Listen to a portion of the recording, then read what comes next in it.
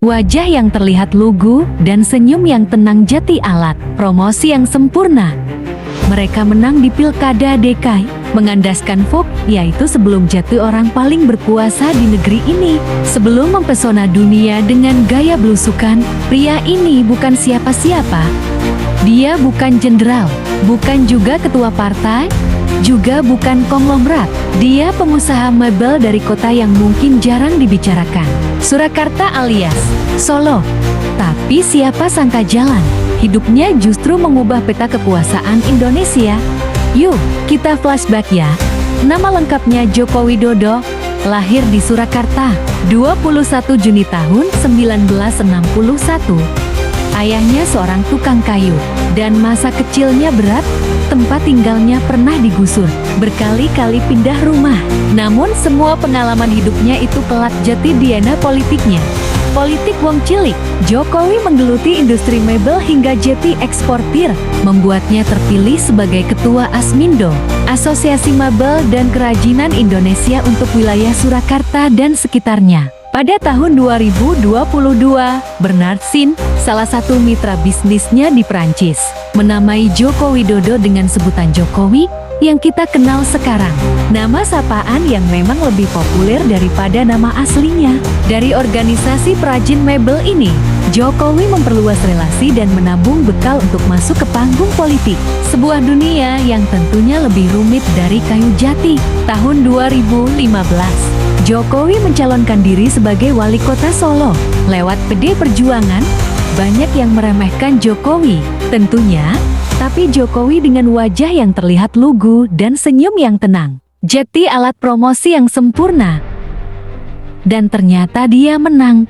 Ya, mungkin karena rakyat sudah bosan ya, dengan gaya politisi lama gitu. Ketika Jati wali kota Solo, gaya kepemimpinannya memang beda. Sering nongol di pasar, kemudian dia belusukan, menyapa langsung warga Solo yang ia jumpai. Dan saat itulah dimulai apa yang disebut dengan era pencitraan. Progresif gayanya membuat dibicarakan oleh banyak orang. Baju putih, celana bahan, murah senyum dan diikuti kamera yang selalu siap merekam.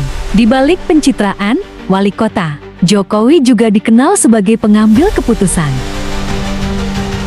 Anak-anak SMK Negeri Kedua, Surakarta pencitraan dengan memakai pakaian sederhana semakin terdongkrak dengan adanya mobil SMK. Mobil yang disebut-sebut sebagai mobil nasional, karya anak bangsa. Meskipun belakangan ini nasib mobil SMK tidak semulus karir, Jokowi baru 2 tahun menjadi wali kota Solo. Periode kedua, Jokowi dipilih. Semakin terdongkrak dengan adanya mobil SMK. Mobil yang disebut-sebut sebagai mobil nasional, karya anak bangsa. Meskipun belakangan ini nasib mobil SMK tidak semulus karir, Jokowi baru 2 tahun menjadi wali kota Solo periode kedua. Jokowi dipilih PDIP untuk maju di Pilkada DKI Jakarta 2012. Putra daerah ini berpasangan dengan Basuki Cahayapurnama, atau yang kita kenal Ahok melawan petahana Fauzi Bowo alias Foke. Jakarta akan bangkit, akan jati kebanggaan kita. Semua itu yang kita harapkan dengan slogan kampanye Jakarta Baru Jokowi. Ahok ternyata bikin kejutan. Mereka menang di Pilkada DKI, mengandaskan Foke itu pertahanan. Pada saat itu, setelah jati gubernur, Jakarta belusukan tetap jati senjata. Masuk ke pasar, ke kampung kumuh. Bahkan yang paling viral, gorong-gorong dan warga senang akhirnya ada pemimpin yang turun langsung paduan. Jokowi dan Ahok sebenarnya saling melengkapi, yang satu tenang, yang satu meledak-ledak. Tapi tantangan Jakarta berbeda dengan Solo. Mulai dari banjir, macet sampai birokrasi yang ruwet seruet-ruwetnya. Namun Jokowi punya satu kekuatan. Dia tampil beda. Dia dianggap sebagai sosok yang menjadi simbol transisi Indonesia dari era elit ke era rakyat biasa. Tapi setelah Jokowi menang dan memimpin Jakarta, apakah keadaan Jakarta berubah? Tidak juga. Macet ya tetap macet, banjir ya tetap banjir. Tapi waktu itu, rakyat Jakarta tetap senang. Masalah di Jakarta belum tuntas, tetapi Jokowi meninggalkan Ahok. Jokowi mencoba peruntungan menjajal kontestasi pemilihan presiden.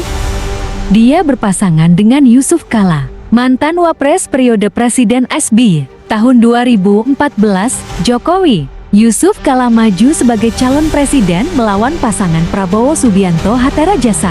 Pilpres 2014 memang penuh dengan drama, panas dan penuh dengan black campaign, tapi rakyat tetap memilih Jokowi.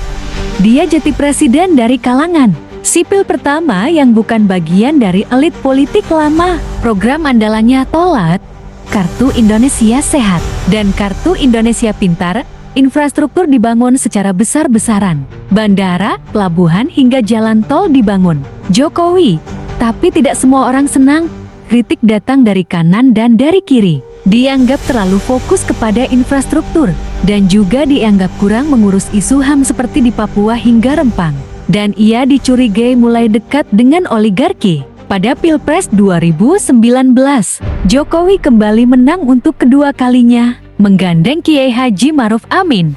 Jokowi mengalahkan pasangan Prabowo Subianto dan Sandiaga Uno.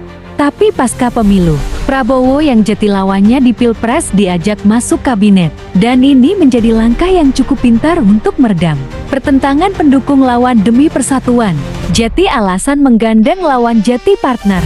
Pada periode kedua, pemerintahan Jokowi mulai ada kebijakan-kebijakan yang dinilai jauh dari kepentingan publik. Setahun menjabat, tiba-tiba muncul Omnibus Law, paket kebijakan serba bisa undang-undang yang dinilai jauh dari kepentingan masyarakat umum. Dan ini memicu mahasiswa turun ke jalan-jalan berunjuk rasa nilai jauh dari kepentingan publik. Setahun menjabat, tiba-tiba muncul Omnibus Law, paket kebijakan serba bisa undang-undang yang dinilai jauh dari kepentingan masyarakat umum. Dan ini memicu mahasiswa turun ke jalan-jalan berunjuk rasa berhari-hari di banyak tempat. Menanggapi perlawanan dari banyak pihak ini, Jokowi kelihatan tetap tenang. Katanya Omnibus Law disusun demi lancarnya arus investasi. Tahun 2020, pemerintahan Jokowi dihantam pandemi COVID-19 dari Cina. Virus COVID-19 menyebar ke seluruh dunia, termasuk Indonesia, dan akibat pandemi ini, 1,3 juta manusia meninggal dunia. Lebih dari 30 juta orang harus dirawat akibat terjangkit COVID. Selain menyebabkan kematian, pandemi ini menghantam sektor ekonomi. Banyak perusahaan bangkrut dan PHK terjadi di mana-mana. Tahun 2022, saat negara belum sembuh dari pandemi COVID-19, ekonomi bahkan masih terseok, Jokowi justru membuat kebijakan baru, yaitu memindahkan ibu kota negara dari Jakarta ke Kalimantan Timur.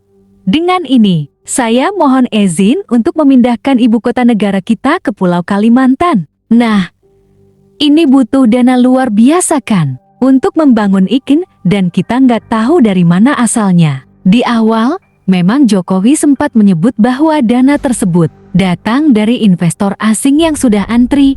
Ya, itulah kebijakan Jokowi dari Omnibus Law disusul. IKN membuat orang semakin bertanya-tanya, apa sih sebenarnya ambisi dari Jokowi ini di kancah dunia politik. Gibran jadi wali kota Solo, kemudian belakangan jadi wapres, sementara menantunya Bobi Nasution jadi wali kota Medan, lalu jadi gubernur Sumatera Utara, dan anak bungsu keputusan Kaisang jadi ketum Partai Solidaritas Indonesia juga membuat orang bertanya-tanya. Bukannya dulu mereka nggak berminat banget gitu di politik ya, tapi kok sekarang menguasai dunia politik? Cukup membingungkan. Namun itu menjadi pertanyaan publik, dan publik mulai berpikir kritis. Masihkah Jokowi milik rakyat? Atau barangkali sudah jati dinasti politik yang baru? Transformasi Jokowi dari simbol rakyat kecil jadi sosok nasional kemudian dipertanyakan. Oktober tahun 2025 menjadi akhir dua periode pemerintahan Jokowi. Prabowo Subianto muncul menggantikan Jokowi. Sosok pemimpin yang digambarkan sebagai bagian dari wong cilik sudah tergantikan. Itulah kisah seorang wali kota yang naik kelas jadi gubernur. Tapi belum sempat selesai dari gubernur sudah keburu dipromosikan jadi presiden. Jakarta seakan jadi batu loncatan. Belusukan jadi branding, dan rakyat rasanya harus kembali berhadapan dengan kehidupan nyata.